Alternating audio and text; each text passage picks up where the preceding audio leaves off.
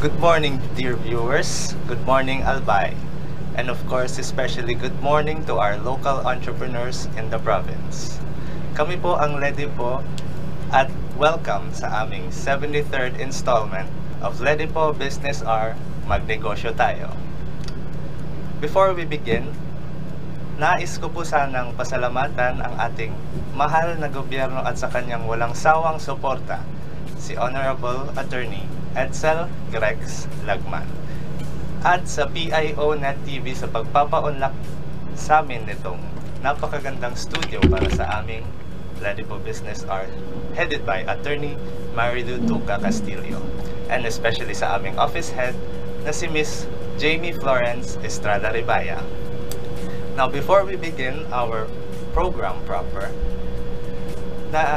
tingnan po muna natin ang quick disclaimer and video ng aming mission, vision, and mandate. Ano nga ba ang Ledi po? Anong ginagawa namin? Tutukan po natin.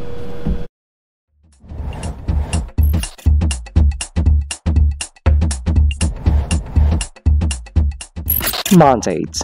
The Local Economic Development and Investment Promotion Office is mandated to facilitate, prepare, coordinate, and execute local economic development and investment promotion policies, programs, projects, and activities in compliance with DALG Memo, Circular Number 2010-113. Vision. Ledi po Albay envisions to make the province of Albay the most preferred investment destination by providing a welcoming environment that provides ease in doing business, effective mechanisms, accurate and timely business information, and assistance to potential investors and partners. Mission. Ledi po Albay aims to foster the economic development and investment opportunities in the province of Albay through its various programs, projects, services, and activities. About the services. Local Economic Development and Investment Promotion is an office that is ready to assist potential investors and partners, private, individual or group, both foreign and local, and the general public, in terms of capacity building, advocacy promotion, marketing, and product development assistance for the increased economic development and investment in the province of Albay.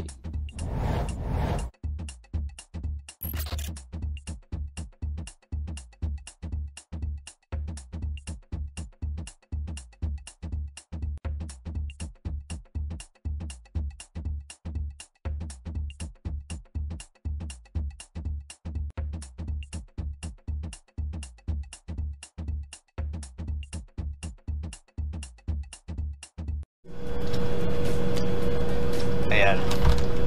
Welcome back po. Talagang sinurpresa tayo ngayong 73rd episode kasi may dalawang unfamiliar faces na nandito ngayon sa studio. And I'm pretty sure yung nasa gitna namin ay kasing nervyos din ako. Ako nga po pala si Brandon Bragas, isang technical writer sa Ledi po. Kasama ko ngayon si... Ako din po si Stephanie De Leon, technical writer din ng Ledi po. And of course, nasa studio din ngayon si Levi Flores, ang Little Jamie ng ating Ledi po, as well as si Sir Richard, ang technical dito sa PIO. And Ma'am Steph, sabihin mo nga kung bakit ginagawa natin itong Ledi po Okay. Business Hour. So, isa sa mga reason kung bakit ginagawa namin itong Ledi po Business Hour, Magnegosyo Tayo, is because we want to, maging yung Bicol, ay yung Albay, ay maging yung sa investor. Investors. Gusto namin na Well, lahat... technically not investors. Okay. Lahat ng mga investors ay namin na mag-invest sa Albay, not just in Albay, but also yung buong Bicol na din. Well, not just buong Bicol, pero the national. Anyway, nandito tayo with Sir Alvin Lupo Macma, owner of Mama Diling's Eatery. Good morning po, sir. Thank you. Good morning, Marinal daw sa gabos ng mga viewers dyan. Ayan. For this Hello, episode, Good morning. for this episode, gagamit tayo ng lahat ng dialekto dito sa Bicol kasi si Sir ay isang Tagalog yan, English yan, at isang Bicolan yan. Ayan. Sir, can you tell us more about Mama Diling's Eatery? Ano nga pong type of business ito at anong ginagawa niyo? Well, yung Mama Diling's na yan, origin talaga siya sa lutong bahay, sa bahay namin. So, nagsimula yan sa parang balkon, karinderya. Then, nung nag-pandemic, hindi ba pinaklose ng ano ba nagpa-close yan? Basta lahat ng mga karinderya pinaklose dahil nga doon sa Mga restrictions. mga ganun. So, nagkataon, yung father ko, retired na. So, wala na din income. So, ako nagtatrabaho pa ako dati sa telecommunication. Hanggang sa, pati yung pinagtatrabaho ko, naging skeletal na. So, dahil naging skeletal siya, nabawasan na rin yung kita ko. So, ano kayang mabuting gawin para, madagdagan Rolling. So, birthday ko noon, April 23.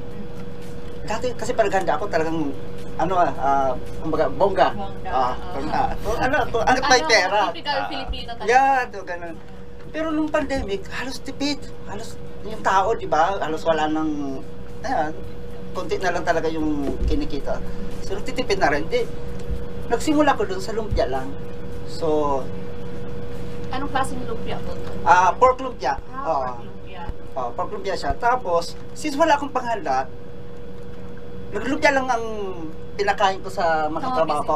Dinala ko doon, luto na. Pero, ano siya, parang double purpose yun eh. British na diretso. So, okay. naghanda na ako sa kanila, pero hindi nila alam. Details na pala yun. May bala ka na mag-business. Tapos, plano ko na talaga siya. Kasi, nung pandemic days, itong mga panahon yun, nauso na yung online selling. So, yun, may nagtanong-tanong na, nagbebenta ba kanya?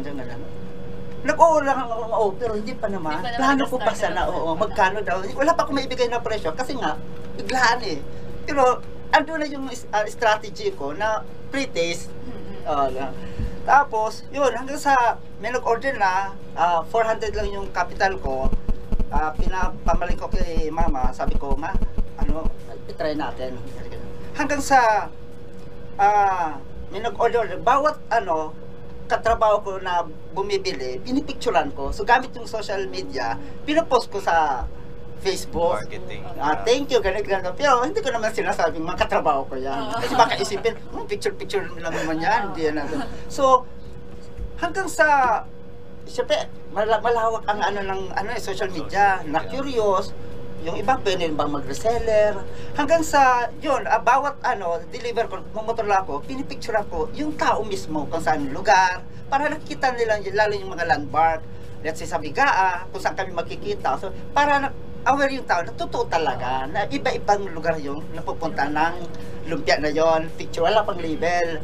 Yun. Tapos, sa loob ng isang buwan, nagkaroon agad ako ng 19 na reseller. 19. So, per barangay, meron akong isang reseller. So, sa mga piling barangay na. Hanggang sa from 5 packs, naging 10 packs, hanggang sa ginawa ko ng parang 10 plus 1 para sa mga reseller. Pero iba yung presyo ng per pack sa reseller, sa per pack na, para may kita rin. So, yung kita ko doon, sobrang konti na lang. Kasi iniisip ko doon, makatulong ako sa mga kapwa ko na gusto yung kumita kasi madami talaga tao noon na nawalan ng trabaho. So ang focus ko doon, kumbaga para since pare-pare naman tayo na apekto ng pandemic, tayo na lang magtulungan. Kaya halos kunti-kunti lang talaga yung kita ko. Kasi doon pa lang sa 10 plus 1 meron silang isa. Doon sa per pack pa, meron pa sila doon na ipapatong. Bukod sa nagpatong pa sa, binabaan ko pa. So, konti-konti na lang. So, hanggang sa, lumaki, naging kaon-kaon na yung mga order, mga 40 packs, nakarating na kung saan, Wagas, Sorsogon. Parang buong Bicol na po yung... Tapos, magkano naman po yung starting price nung lumpia niyo po? Nung start pa lang talaga kayo? Nagsimula yan, 50 dapat. So, pero 50, ilan na po yung laman? 12 pieces na. 12 pieces na. Tapos, sa 50 na yan, yun ba kasi ang ginagawa ng reseller, niluluto nila. Yung iba, binibenta din nila, ready to cook. Pero yung perpak na sinasabi ko pala, hindi ko na-mention, Opo. ready to cook yung na lumpia. Opo, ready to. Oo, yung mga frozen. Tapos, nilalagay nila sa freezer, ibebenta rin nila. Ipopost din nila sa Facebook. So, meron din doon na, pwede bang huwag mo nang lagyan label? Kasi lalagyan nila ng label nila. So, okay, walang problema sa akin yan. Ang importante, kumikita ako, kumikita kayo. So, ganun lang eh. So, binayaan ko lang. Kasi anyway, at the end of the day, sa amin man, diba, galing pa rin yung ano. So, walang naman sa kung issue yan. Kasi kahit naman sino pwede magnegosyo eh. Ginawa mong napakalaking supply chain itong si Mama Diling sa simula pa lang. Correct. Tapos, Tapos nung start niyo po, anong pangalan po talaga nung lumpia niyo po? Mama Dilings na po talaga? wala. Wala talaga. So, Parang walang trip label. lang. Oo. Kasi nung time na nagbenta ko niyan, lasing pa ako yan eh. Ganyan naman talaga. Ang daming naiisip. Tapos, So bali po, ano yan, nag-start po talaga kayo? Walang pangalan wala. talaga? Kasi Or na, ano lang talaga siya? oo. Kasi ang nangyari po, di ba, nag-start kayo as Kalendarya. birthday nyo lang talaga yon, tapos ipapa-free days nyo talaga sa yan. mga ka-work nyo. Tapos, sa sobrang nagustuhan ng mga ka-work nyo, naisipan nyo, i-business ko na lang to. Hanggang sa, madami na yung nagustuhan dun sa business nyo, hanggang sa lumobo na yung mga resellers, na pati yung resellers, nabibenta na ng maayos. So, yun naman po yung naging maganda yung flow ng business nyo po talaga. Oo. Tapos, yun, recipe yun ni Mama. Yung lumpia. Ngayon, Ang pangalan po talaga ng mama niyo po is Del. Dilis. Okay So, po. ako ang nagpangalan yan. Pangalan ko. Para yung ano. Shout out Kaso, natin si Mama Diling. Ano shout pong out full po name natin. niya? hello ma, Adelaida Masinas. Adelaida. Tapos sa kanya po Dilis, talaga, Adelaida. yung mga recipe po talaga. Yung lumpia, actually itong Mama Dilings na to, sa kanya talaga ito. Parang, tama ba? Tribute lang tanan. Parang kinontinue mo yung legacy. Oo, kasi lutong bahay, nagsimula yan sa, nagluto at siyang, ang tawag na, langka ba yun? Tapos, Good sobra, masyadong madami, wala kaming ref noon. Nilagay niya lang yung kasirola na may langka sa may, parang balkon, sa terrace. Ito, daanan ng mga tao sa sinita. O, binenta na, diba? Hanggang kinabukas, naging 2, 3, hanggang naging, parang ordinary yung karindera baga sa barangay, mga porpor, ganun lang. Tapos, nung article na, ipinasok ko na yun online, pero lumpia siya, hindi yung lutong bahay, yung lumpia na. Nung nag-boom na yung lumpa, ang sinunod ko naman, yung pansit ni Papa. Pansit ni Ni Papa. Papa. Oh, kaya yung recipe ni Papa at ni Mama, parang yung nag-boom ngayon. Lalo na ngayon, ang lakas ng pansit namin. So, doon nagsimula. So, lumpia ni Ma, pansit ni Pa, yun. Lumpia ko. So bali po, nag-start po talaga siya is kalendarya na po talaga. Kalendarya na, na-stop lang talaga during pandemic. Sa bagay kasi nung pandemic talaga madaming nagsasara ang mga businesses po talaga. Tapos nung during pandemic, dun yun na din po naisipan talaga yung lumpia. Yan. After po noon Online is, na. after nung ninyo ng lumpia, ano po yung kasunod na nangyari po doon? Yun nga, sunod na yung pansit. Opo, yung pansit. Hanggang nagdagdag na yung mga menu namin, yung may manok na kami, chop suey, kung ano-ano pa. So, bumabalik na naman ulit kami sa lutong bahay. Pero, hanggang sa parang nung padami na yung customer namin, nahahiyaan na ako na pumupunta sa bahay para mag-pick up. So medyo nalalaspag na yung nalalaspag na yung kitchen namin. Kasi dumadami na yung niluluto, yung sa hindi na siya suit sa demand, no? Sa demand ng mga tigluluto namin. Kaya naisipan namin na ilabas, maglagay ng mag-branch. So, magkaroon na po kayo ng physical store. Magkaroon ng physical store. Nasaan po itong physical store? Diyan lang sa Washington, sa Malawi. Diyan sa una-una lang, Kailan po kayo nag-start mag-open ng physical store po? Nag-open kami September 30. Third anniversary pa lang namin ngayon. Nag-celebrate kami dyan. So, pang-3 taon na namin ngayon. Mga 2022? Mga, tama ba?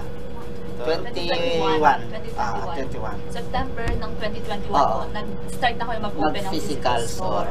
Okay po. Tapos ngayon, third year na Pang-3 anniversary. At yung galing sa 400 Yan, pati yan mga combo meals, mga pack lunch. So, yun. Ewan ko ba, nagsimula lang yan sa trip lang. Lasing Trip Kaso, lang, hindi naman sa pag-ano ha. usually kasi ang tao sabi mabisyo, walang magkatan. Ako aminin ko, manginom ako. Pero hindi ko tinotolerate ang tao na okay lang magnegosyo pero ano ka, bisyo. Hindi. Iba pa rin yung nagnenegosyo ko, wala kang bisyo. Yun ang pinakamen. Ako, paunti-unti, naaalis ko na iyan kasi may goal ako. Nakafocus na ako ngayon sa ano. Kaya eto na yung resulta. So, okay lang mag-inom pag unti-unti pero dapat seasonal, pag may mga event na lang. Occasional na lang po talaga. No? So, ngayon po na medyo okay na po yung business niyo po, nag-work pa rin po ba kayo sa telecommunication? Umalis na ako nung naglagay ng physical store or a month bago ako naglagay ng physical store, umalis na ako. Kasi naramdaman ko parang ang hirap na hindi na kaya pagsabayan ng oras ko, yung trabaho, tsaka yung negosyo ko. So, ayoko naman na maagrabyado yung work ko or yung company. Kasi kahit papano, sabi ko, dapat yung paano, magkakaroon din ako. So, ayokong ganito ang gagawin sa akin ng empleyado na ginagawa ko. So, gano'n lang. Hanggang sa, nung nakita kong medyo lumalakas na overpowered na ng kita. O sa online ko doon, parang nawala na akong ano, sabi ko, medyo mas ano ito. At least hawak kong oras dito. Doon, nag-resign ako, tsaka tinutukan ko na ito. Hanggang sa, ang maganda kasi sa online, ay sa negosyo, lalo sa amin, advantage kasi yung bukod sa physical store, yung online talaga, matutulog pa lang ako, alam ko may benta na kami kinabukasan kasi may mga reservation na. So, ang reservation namin, meron na kami halimbawa ngayon, October, meron na kami ng December. May mga ano, pero hindi naman ano, punong-puno yung calendar. Maaga pa talaga, nag-reserve na. Kaya ako kahit ano, hindi ako masyadong papakampante doon sa kita lang kasi anytime pwede sila mag-cancel or di ba, di natin alam kung anong mga masusunod. Basta ako, ini-enjoy ko lang kung ano ang andito sa ngayon at saka anong plano ko ba bukas, ano ba yung dapat gawin ko, ano, may kita ba ako. So hindi ako masyadong kampante palagi na ano, so dapat nakaano ka pa rin. Palagi kang nagpo-formulate ng marketing strategy mo ba or hindi, mga backup plans? Correct. Kasi hindi natin alam ang mangyayari. Basta ngayon, sa ngayon, ini-enjoy ko lang kahit nakakapagod, pero dahil pag passionate ka kasi parang wala naman yan. Pwede pong matanong na magkano po yung naging capital niyo po nung nag-open na po kayong physical store? Kasi sabi niyo po nung ano pa lang po, pandemic, 400. 400. Yung ano lang, yung sangkap, yung ano. Pero ngayon na nag-open na po kayo ng physical store, mga ilan po yung naging gastos niyo po? Para, syempre, para sa mga future na gusto magnegosyo, alam nila kung ilan po yung capital na pwede nilang pag-ipunan. Sa inyo po, ilan po? Pinag-ipunan niyo rin po ba to? Ako, base sa experience ko, no, iba kasi yung may capital ka talaga, may pera ka. Pero ako nagsimula sa wala, zero. Ipinangutan ko lahat. So, mahirap magnegosyo kung ang ibang nganit dati nang may pera, nahihirapan pa. Lalo na kung walang-wala ka. So, yung mga kapatid ko, hindi ko naman pwede asahan kasi mga pamilya. So, yung papa ko, yung mama ko, sa akin na maasa. Kasi breadwinner ako eh. So, walang-wala. Hindi, pangalawa. So, ano, kasi nag-asawa na yung mga halos karamihan sa mga kapatid ko. So, ako, parang lakasan ng loob lang talaga. So, utang tayo. Kasi, ano yan eh, madami kang bibilhin. Lamesa, ganito. Pero yung physical store, nakaplano talaga na yung lutong bahay. Pero wala pa nun, nag 5 months pa kami, bago kami nagkaroon ng lutong bahay, nagpakain. Yung store, para doon lang sa magpipick up, mga walk-in. Kasi ayoko nga pumupunta sa bahay kasi malunis ang bahay. So hindi pa tapos. Ayoko para komportable din yung customer namin. So, doon na lang. Talabas na lang. Tsaka yung parkingan, yung bahay kasi namin parang iskinita. May akyatin ka pa. So, ayokong nahirapan pa yung customer. Gusto ko, pag pumarada sila, andyan agad. Drive-thru. So, bali, after 5 months po, saka nyo po inopen sa mga customer yung pwede na mag-dine-in. Pwede mag-dine-in. Binalik namin yung lutong bahay. Pero andun pa rin yung yung online hindi siya naalis. So sino po yung kapartner niyo po doon sa mga delivery services po? Dati meron kaming in-house, mga pinsan ko. Actually, ito family business not ito eh. Kami mismo nagtutulungan ang priority ko talaga yung mga taga-barangay namin. Yung syempre number 1 yan yung family ko, mga kapatid ko nabigyan pa na ng trabaho. yun, hanggang ngayon, meron kami mga delivery partners na parang kinokontak na lang kami ng admin or yung admin namin, yun ang kumukontak sa mga sa admin nila. Tapos yung admin nila, tatawagan yung riders, pwede ka bang mag-deliver? Ganito, ganyan. So, andyan lang yung mga riders. Salamat sa mga riders.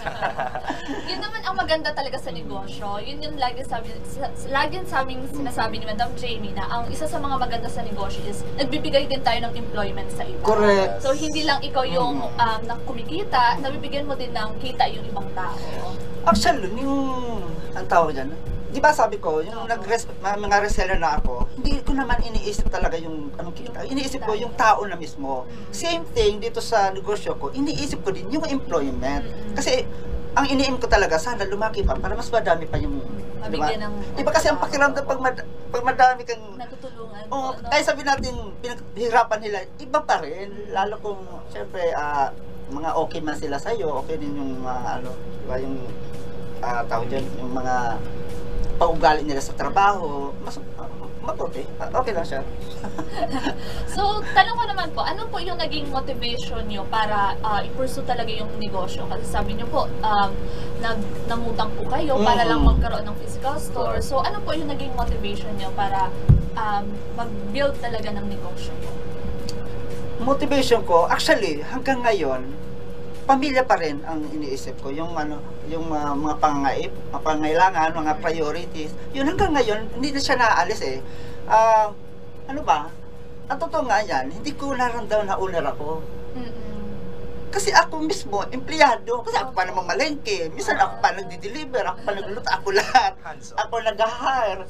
Naalala ko pa nung nagmumotora, ako pa nagdi-deliver. Pagkaluto ko, magka-deliver ako. Tapos may tatawag dyan na follow up ng order, yes, tapos may tatawag naman, ma'am, pwede mag-order, sir, pwede mag-order, nagkakasabay-sabay, so nagmumotor ako, nagsagot ako, yes, ma'am, opo, ano po yung order nila? So halos lahat sa akin, may nag-i-inquire, tapos ako magdi-deliver pa lang ako, nagdi-deliver, isipin ko pa yung pabalik ko, yung sana naman nagdi-deliver, so ako lahat doon, pero, yun yung pinakamahirap na part na masaya. Sobrang hirap pero ang saya kasi parang nakaya ko. Pero every time na naisip ko siya ngayon, pag nakikilabot ko, ayaw ko ng balikan. Oo. Pero ngayon po, may mga staff na po kayo na... Meron na. Siguro mga siyam. Yun na din po yung nagluluto po, no? Oo. Meron kasi kami iba yung sa counter, sa waitress, iba yung sa online, nagpe-prepare ng mga bilao. Kasi madami ang ginagawa sa store. Kahit Sunday, dati Sunday close kami, pero ngayon binubuksan ko kasi sayang eh. Total may nag-order naman na Sunday kasi family day, di ba? Nag-order sila ng pansit. Di sayang naman, may mga tao lang naman. Di magpa-dine-in pa rin tayo. Di sayang ng araw. So far, okay naman siya. Yun nga lang, walang tulugan minsan. Ay, 24 hours po to? Hindi. Hanggang 9 lang. Hanggang 9 to 10. Depende. Depende sa mood ko.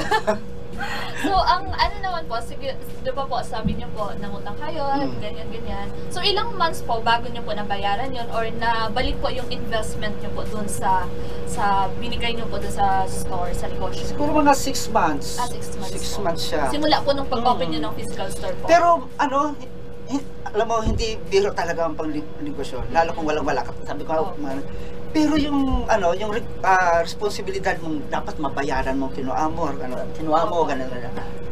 Parang utang na ba na to, sir? Sa bangko po ba yan? Halo-halo eh. May lending, may bangko. Minsan pautang ng relatives, pinsan ko, mga ganon. Paunti-unti. Tapos pa siyempre pag naipon, madami yan.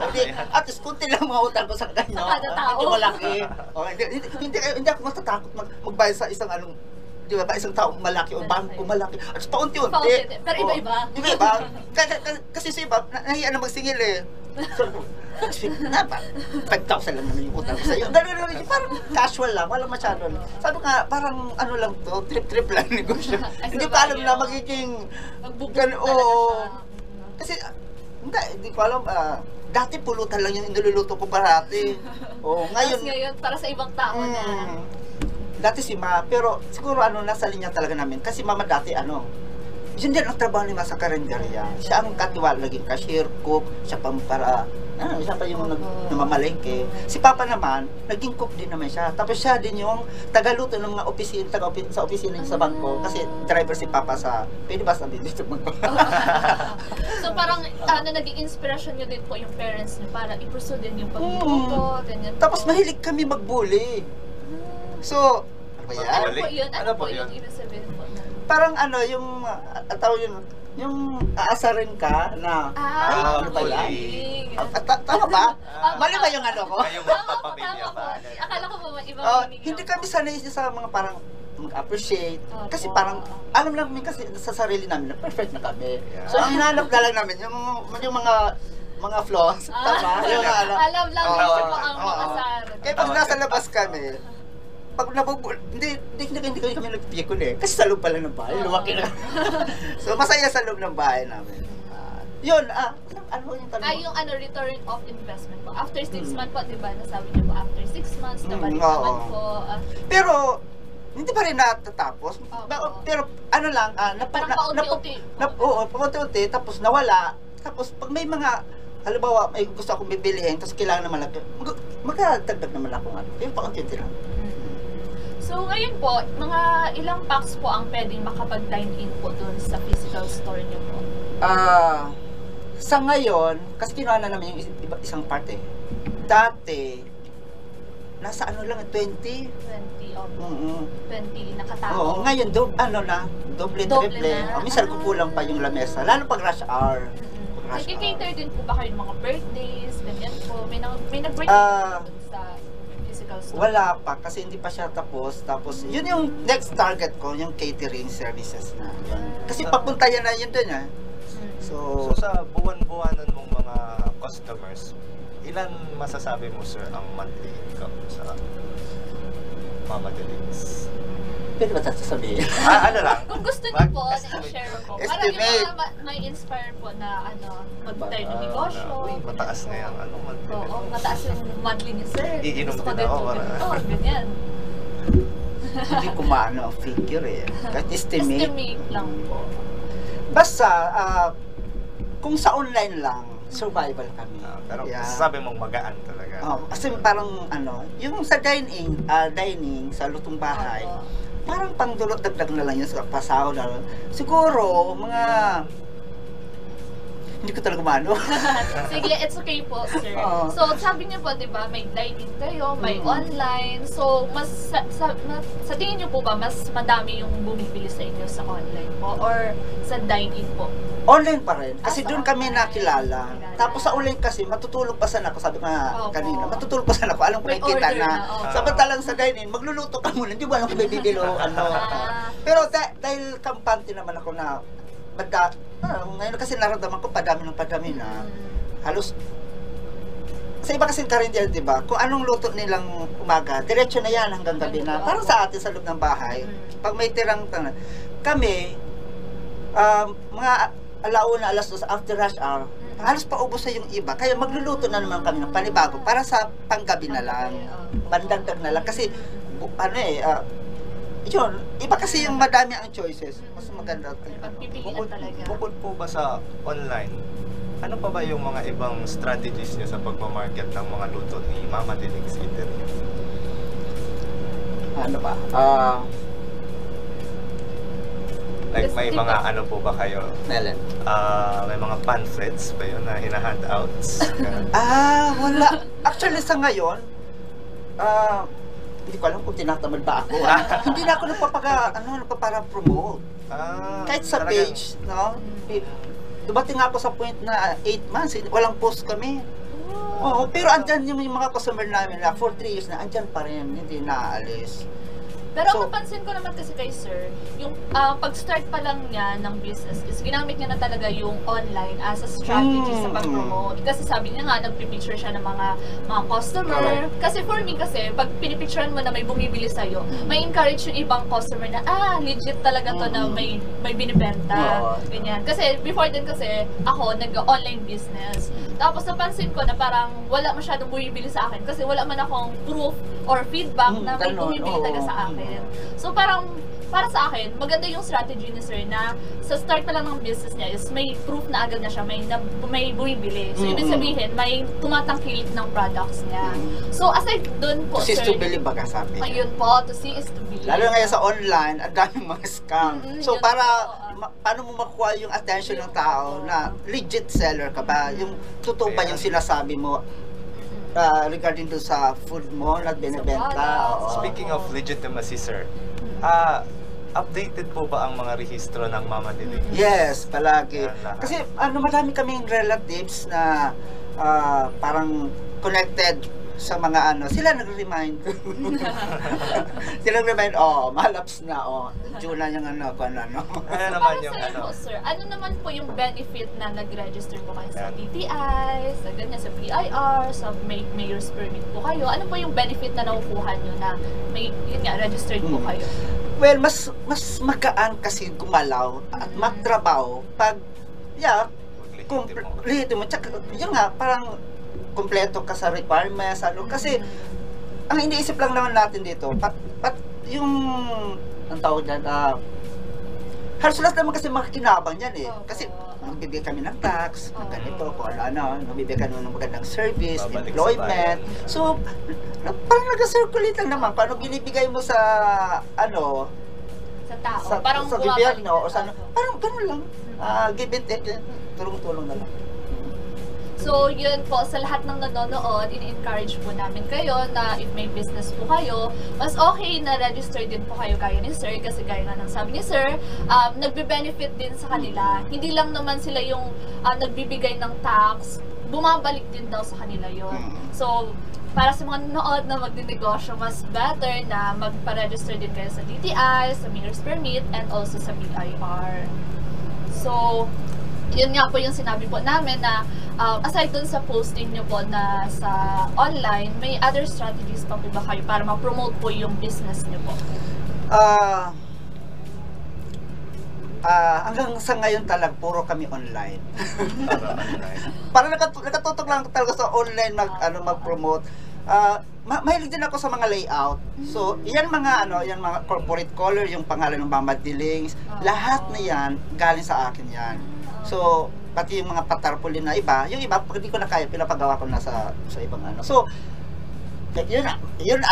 tulong pa yun, yung pagpagawa mo ng mga material sa mga kapwa mo, negosyante, di ba, mga argas.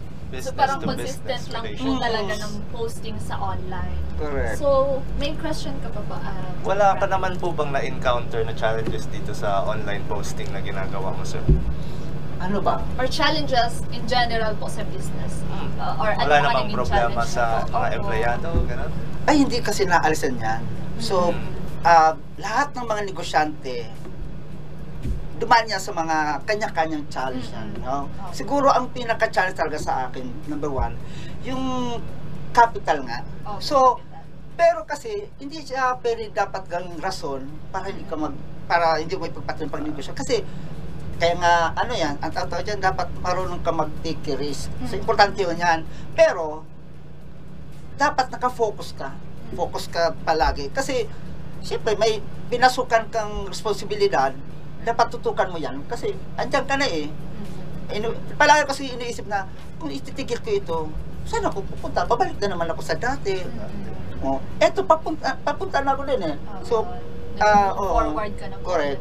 Tsaka, diba may tinatawag tayong everyday is a learning process. Tama ba yan? So araw-araw, kapag tanda natin, may natututunan tayo. So, ako naman, mas na-challenge ako, mas nag-enjoy ako.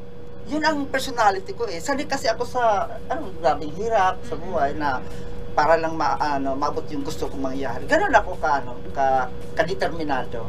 Tsaka umabot ka na dito sa punto na nagtatrabaho ka nga pero na-enjoy mo everyday. Yung pagod. So parang hindi ka na lang nagtatrabaho. Parang ka na to, basketball. Parang passion na lang kasi na-enjoy mo na siya. So, nabanggit niyo po yung pag-take a risk, sabi niyo po, na parang importante din yun sa business. Sa inyo po, gaano talaga ka-importante yung pag-take a risk po sa negosyo? Kahit na sabihin natin na hindi pa sigurado kung magbuboom talaga yung business, or pagka bukas nyo ng business is tatangkilikin agad. Para sa inyo po? Sa bakit po talaga akin, yung work? lakasan ng loob lang talaga yan. So, pero sa family ko talaga is, lumaki kasi kami medyo, mahina ang loob namin magkakapatid, lalo si mama nila. Si mama, may qualities and pati si pa, tinitingnan ko si mama, ganito ang gawin mo sa ano. Hindi. Palaging si mama, kasi parang laging nadadaan. Traditional. Parang, so hindi mo naman masisi kasi siya yan So yun, yung personality na yun ang binaliktad ko. So pinakita ko di ba ito ano sa'yo So yun, looking proud naman sila. Sabi niyo nga po, may mga qualities kayo nakikita sa parents niyo po, nasa tingin niyo is hindi niyo yun gustong qualities. So, as a negosyante po, ano yung mga characteristics or qualities na sa tingin niyo po is importante as business owner po? Yun nga, sabi ko ulit, yung dapat malakas ang loob mo, determinado ka, tapos mo lang, lalawakan mo lang talaga yung imagination mo, yung At creative po. pagiging creative mo, kung anong mga pwede, kung hindi pwede dito, di ito, di ganyan. Lahat mo kasi. Tsaka na-display ni Sir yung pagka-resourcefulness niya kasi imagine 400, may 400 ako, may mga katrabaho ako. Taste test. Tapos, ang maganda din kay Sir, creative talaga siya in a way na pati nga yung logo niya, siyang nag-design. Tapos, speaking of creativeness po, yung mga linuluto niyo po ba, may mga sarili po ba kayong recipe? Kasi sabi niyo po, before, recipe talaga siya ng mother niyo po. Pero sa inyo po, may sarili po ba kayong recipe na nabuo talaga dun sa Mama Delings po? Yung sa akin? Opo, yung ngayon po, yung sa inyo mismo. Na-create na... Wala. Pinush ko lang talaga yung recipe. Recipe ng mother niyo po. Mahilig ako sa mga mga pulutan po. Wala lang mahilig. Ano po yung mga pulutan na pwede niyo pong i-share sa mga viewers na ito yung ino-offer yung pulutan sa Mama Delings? Sa kanya, wala pa kami ino-offer na pulutan. Kasi wala pang inuman doon. Pero may plano. Pero may plano kasi yung order gano'n. Pero ano po yung mga lutong bahay na ino-offer niyo po? Yung mga typical na yung makikita mo din sa mga karinderya, yun din. Wala naman na bago. Pero ang maganda kasi sa amin, pangmasa na pining pangmasang pang-class. Ganun na. So, open lahat. Kaya nga hindi ko pina-aircon kasi pag aircon nataw doon na yung iba pumasok. So para komportable sila, ayan pumasok kayong init. Ayun ang malamig ayan bilat kayo dyan. Ganun lang. Gaano ba ka-budget friendly yung mga lutong bahay natin doon, Sir? Wala. Kasi madami kaming estudyante. So baka budget friendly talaga siya. Mga magkano po siya? Estudyanteng kumakain. Magkano po yung kada ulam na may rice? Ang ulam namin, kasi uso ngayon yung mga hati-hati, kalahati. So, in-accept namin yan. Kasi, iba kasi yung pag kumakain ka, di ba, gusto nila may gulay and may ganito. Ayun nilang kumain ng isa lang. So, naboboring sila. So, ayun, pwede kayo kalahati. Gusto yung kalahati yan. So, kumbaga kung anong mga request nila, minsan wala sa kalahati. Let's say yung gulay, sample. Ang gulay namin dati, 25, ngayon 30 na. Yung sa iba nga, medyo matasas. So, mura na yan sa amin. So, dapat ang kalahati sa amin, hindi namin inaisaktong 15. Kasi, kapag tinakal mo na yan, hindi naman talaga eksaktong 15. Palaging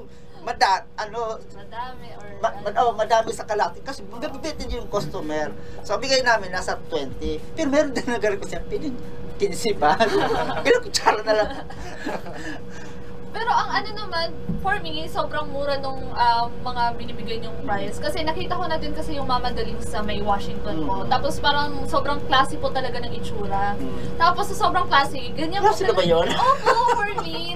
Sobrang classy po ng itsura talaga. Feeling ko nga po, restaurant yun nung una. Tapos yun nga, hindi talaga siya intimidating na na price kasi yun nga po sabi ni sir nasa 25 daw po yung kalahati, ganyan. Baka sinasabi mo may klase kasi may pagka anong tawag yung aesthetic ba? Kasi yung upuan, maganda yung upuan. Kung alam lang nila yung bili ko doon. Kano mo bibili ko? 100 pesos? Ay, talaga po. Kasi binili ko sa junk shop. Tapos, pina-upholstery ka. Punta ako ng Manila, bumili ako ng tela. Kasi, hindi lang naman yung tela binili ko sa Manila. Lahat, nagpa-divisory ako. Kasi mas mura doon. Mas madami ang mabibili ko sa ganitong amount. So, lahat yun, so, ma-discard. Nirecycle. Tsaka, magaling ako mag-upholstery. Noon, ngayon hindi na kaya. Hindi naman talaga kailangan ng madaming gastos talaga pag mag-start ng negosyo. Tsaka mahilig ako yung mga tinatapon ng mga gamit, yun yung mga kinakabit-kabit ko. Kaya yung makita mong mga kayo doon or kung ano ba, yung ginamit yun sa Magayon Festival, Del Plaza, yung pati yung mga chandelier, yung parang chandelier na ilaw, ano yun ng manok, pangititlogan. Resourceful. Nilagyan pa. So, di ba po, sabi niyo po kanina, nag-offer na po kayo ng mga bilao.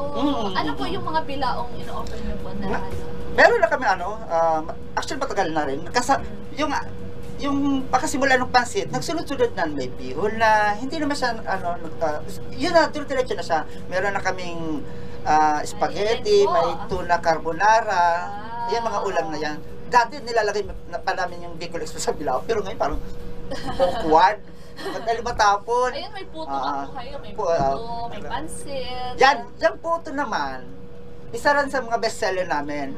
Dati may supplier kami, pinsan ko, tinutulungan ko din. Pero dahil busy siya, hanggang pinaano ko sa kapatid ko na pag-aralan mo ang itong recipe. Hanggang sa siya na nagsusupply. Yung kapatid ko naman. So, lahat yan original sa amin. Yung tatlo. Yan, yung pamanok. Ay, wow. Ang kakaiba dyan sa manok namin kasi hindi siya typical na yung pasalang pinito. Ini-steam lang, hindi ma-marinate namin. I-steam, then titimpla naman. Ang dami po siya stuff. I-fry.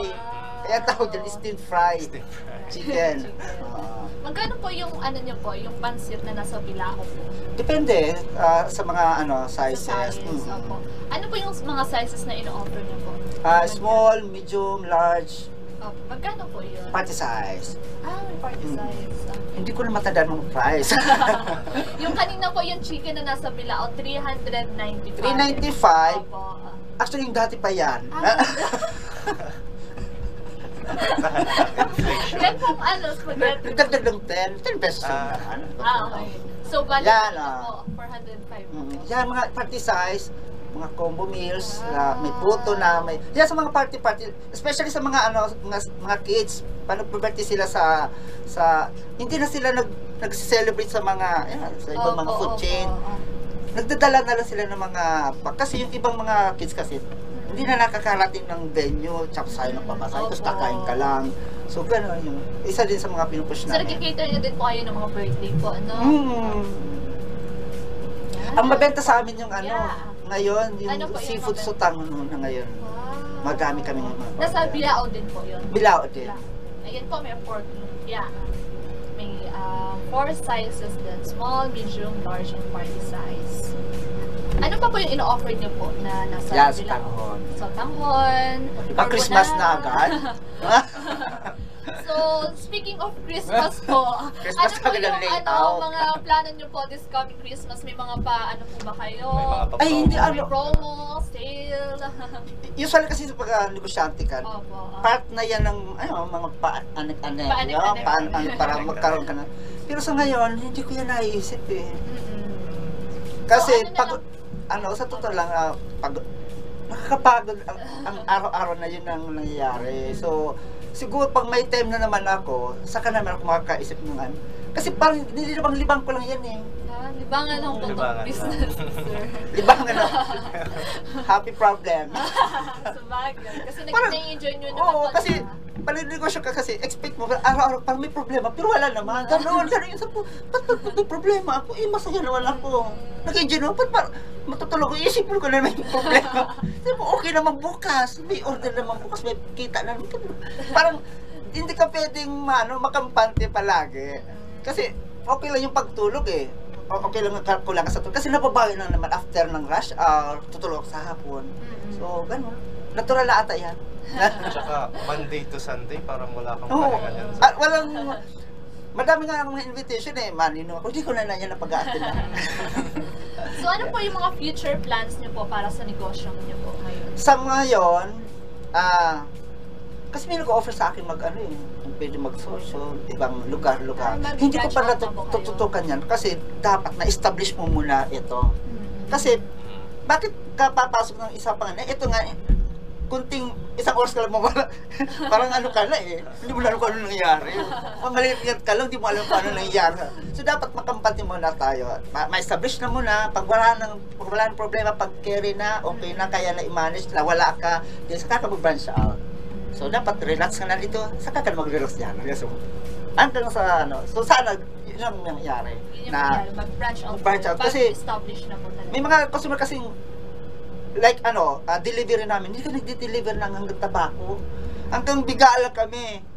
Kung papunta doon sa district ba yun? Ganon. Hanggang bigaa. Pag dito, hanggang Kamalig lang, sentro. Hindi na kami nakakadeliver ng Ginubatan, Ligaw. So yan mga area, yan mga target ko, tabako, Ligaw. Para, hindi, kasi like for example sa Lumpia, mag-order sila, ipiprepare namin, ibabiyahe, o darating na malamig na. Pero in fairness sa Lumpia namin, dapat pang tala ko dito para hindi nyo na ako tinatanong-tanong. Parang nag-pretest na lang ulit ako. Kasi yung lumpia kasi kahit malamig na, masarap pa rin siya.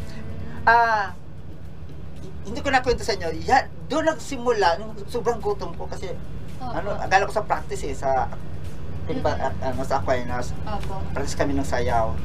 Ngayon, sobrang gutom ko. Pagbalik ko, walang ibang ulam. Tininan ko lang yung lumpia. Ano ba yan? Dry. Kasi mahilig kasi ko sa sabaw tsaka sa mga may sarsa. Okay. Matagal na siya naglulumpia, kinakain ko, pero hindi ko iniisip na masarap. Basta, pero yung time na yon, kasi tawag doon, malambot na, kasi ilang oras na. Sabi ko, sa lumpia ni Ma, masarap kahit malamig. Sabi ko, may potential ito. Ganon ako mag-isip. Kaya, yung pansit naman ni Papa, hindi ako mahilig sa pansit. Pero dahil na-critic ko, sabi ko, may potential din yung pansit ni Pa. Kaya minsan, nagkakaano si Mama, si Pa, dapat papadance yan, hindi mamadiling, sabi niya. Kaya minsan, may plano po kayo magkaroon ng papadance? Papadan. May plano po kayo mag-open naman doon na ganun din. Hindi. Kasi doon na kami yun na. Kayo nakilala sa Mama Delivery. Tapos, wala na si Pa, sumalangat ka. Ay Pa, saan ka man. Di ba, nakita mo yung katabi namin? Opo. Kahit wala na si Papa, tinatabihan pa rin Ganbaga na kalaga, di ba? Delayed na, kahit kasi kung bilang buhay na, andun pa rin. Nagpaparamdam. Doon, meron kaming katabi na nag-offer sila mga pasta, mga pizza.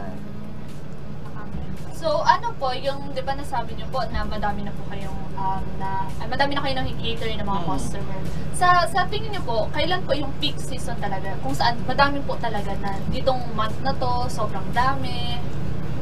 Tapos, the other month naman.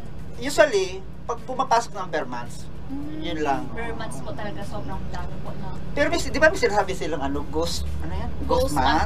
Ghost month po is on August. Pero hindi ko naman yan na-feel. Kasi madami pa rin dati takot ako kasi alasad na ba tayo kukuha ng pagkas. Baka wala ka tayong kita. Pero parang hindi naman.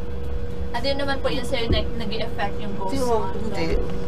Basta lang talaga, tutok. Tsaka pag alam mo na, pero kahit pa paano, na-treat din ako. Kasi yun yung makasabihan na-treat din ako. Kaya pag papasok ng August ay natupan, ganito na naman tayo.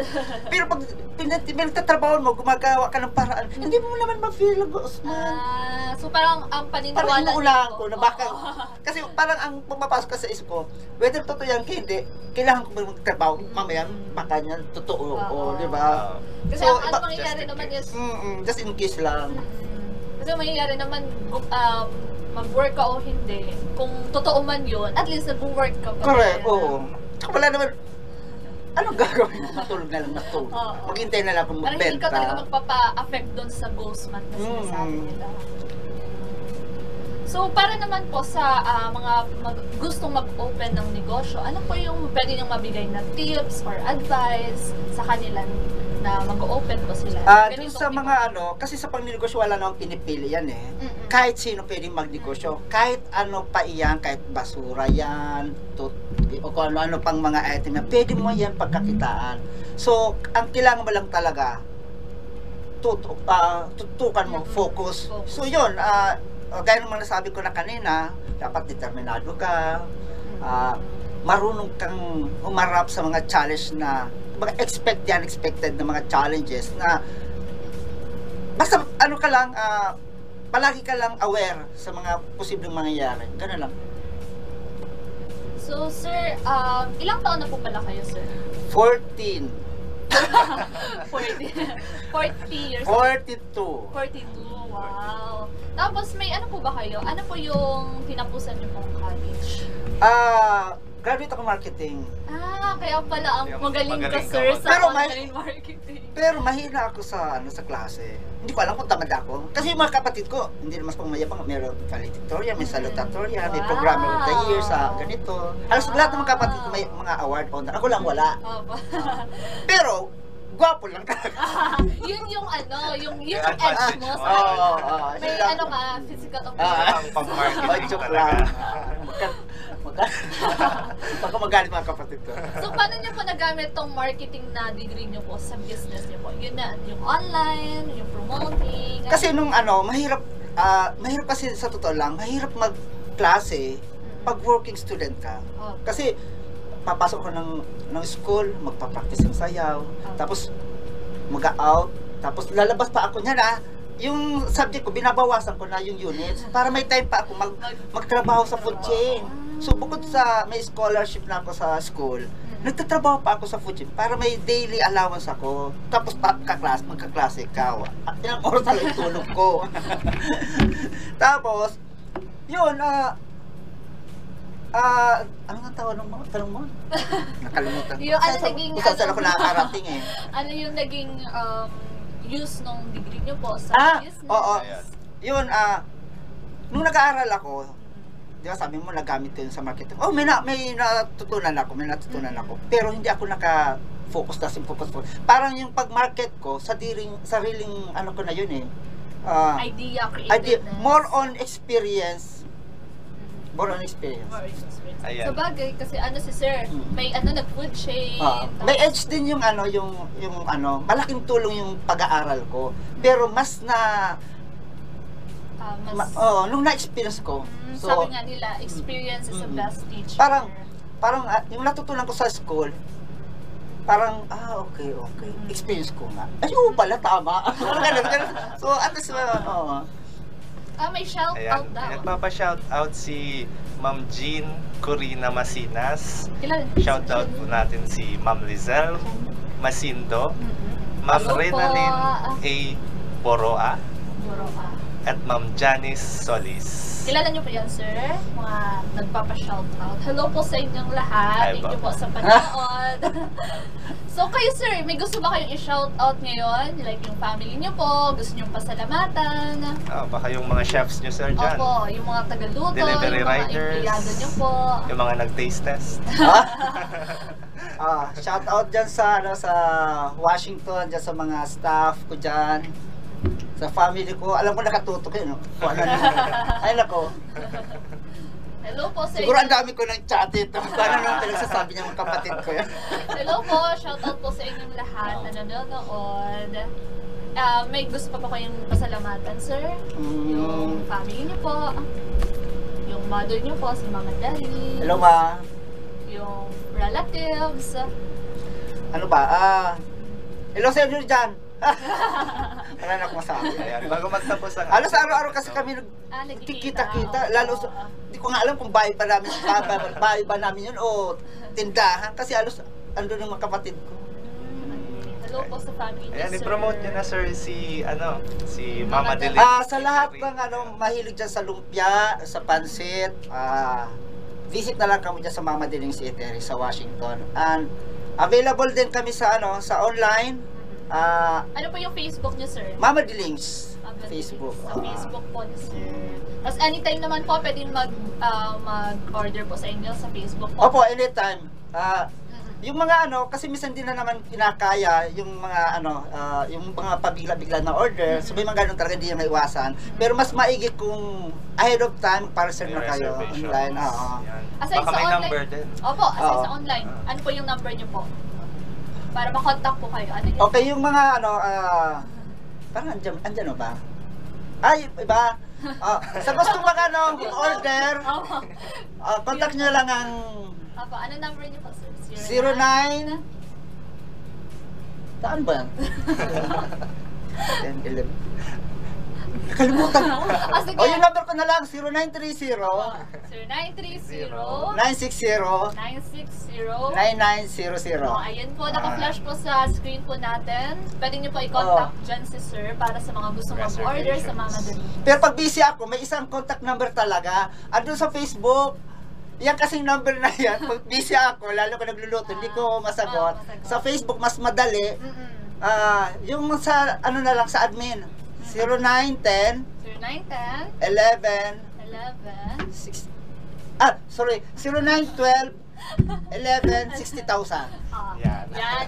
If hindi niyo makontak si sir sa mga number na yan, pwede niyo po Sorry. i-ano sa Gulo ko. Facebook ni sir. So, yun. Napakinggan na natin ang magandang kwento, ang humble beginnings ni sir.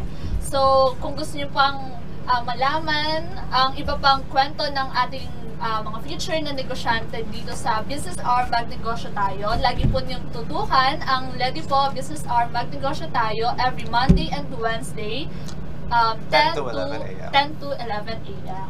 And of course, maraming salamat sa ating mahal na gobernador na si Attorney Edsel Grex Lagman at kay Attorney Marilu Duca Castillo. Shoutout na rin po kay Adelaida Masinas at Sol Masinas na tihawak kamag-anak ni Sir. So again, thank you Sir Alvin Masinas ng Mama Delings Eatery. So thank you so much din po sa lahat ng nanood ng Lady Po Business Hour Magnegosyo Tayo.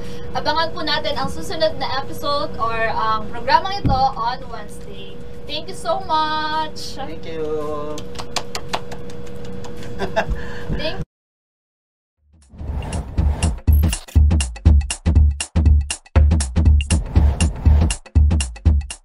Mandates.